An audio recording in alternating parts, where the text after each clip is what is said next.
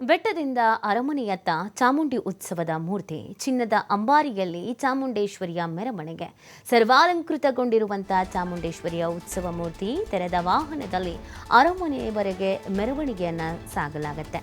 ಕೇಸರಿ ಬಣ್ಣದ ಸೀರೆಯಲ್ಲಿ ಕಂಗೊಳಿಸ್ತಾ ಇರುವಂತಹ ನಾಗದೇವಿ ಚಿನ್ನದ ಅಂಬಾರಿಯಲ್ಲಿ ಚಾಮುಂಡೇಶ್ವರಿಯ ಮೆರವಣಿಗೆಯನ್ನ ನೆರವೇರಿಸಲಾಗತ್ತೆ. ಈಗಾಗಲೇ ತಯಾರಿಗಳು ನಡೆದಿರುವಂಥದ್ದು.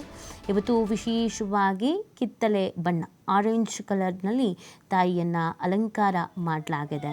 ನೋಡಿ, ಚಾಮುಂಡಿ ಬೆಟ್ಟದಲ್ಲಿ ಸಕಲ ಸಿದ್ಧತೆಯೂ ಆಗಿತ್ತು. 11 ದಿನವೂ ವಿಶೇಷವಾದಂಥ ಪೂಜಾ ಕಾರ್ಯಗಳು ನೆರವೇರಿರುವಂಥದ್ದು.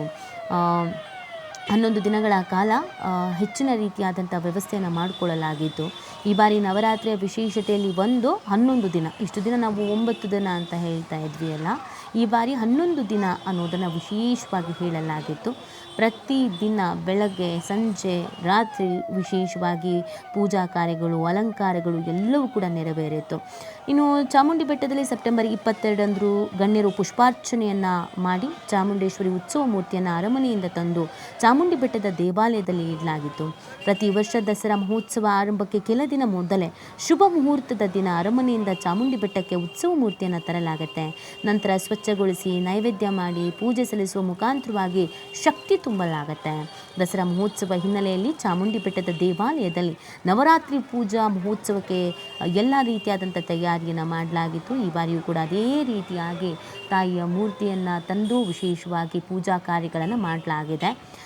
ಡಾಕ್ಟರ್ ಎನ್ ಶಶಿಶೇಖರ್ ದೀಕ್ಷಿತ್ ಪ್ರಧಾನ ಅರ್ಚಕರು ಚಾಮುಂಡಿ ಬೆಟ್ಟ ಇವರ ನೇತೃತ್ವದಲ್ಲಿ ವಿಶೇಷ ಪೂಜಾ ಕಾರ್ಯವನ್ನು ನೆರವೇರಿಸಲಾಗಿದೆ.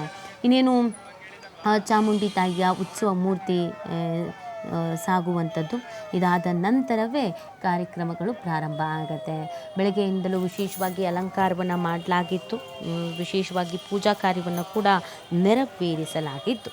ಅರಮನೆಯತ್ತ ಚಾಮುಂಡಿ ಉತ್ಸವ ಮೂರ್ತಿಯನ್ನು ತರಲಾಗುತ್ತೆ. ಆ ನಂತರದಲ್ಲಿ ಧಾರ್ಮಿಕ ಸಾಂಸ್ಕೃತಿಕ ಕಾರ್ಯಕ್ರಮಗಳು ಜರುಗಲಿದೆ. ಉತ್ಸವ ಮೂರ್ತಿ ಸಾಗ್ತಾ ಇರುವಂಥ ದೃಶ್ಯ ನೀವು ಗಮನಿಸ್ತಾ ಇದ್ದೀರಾ.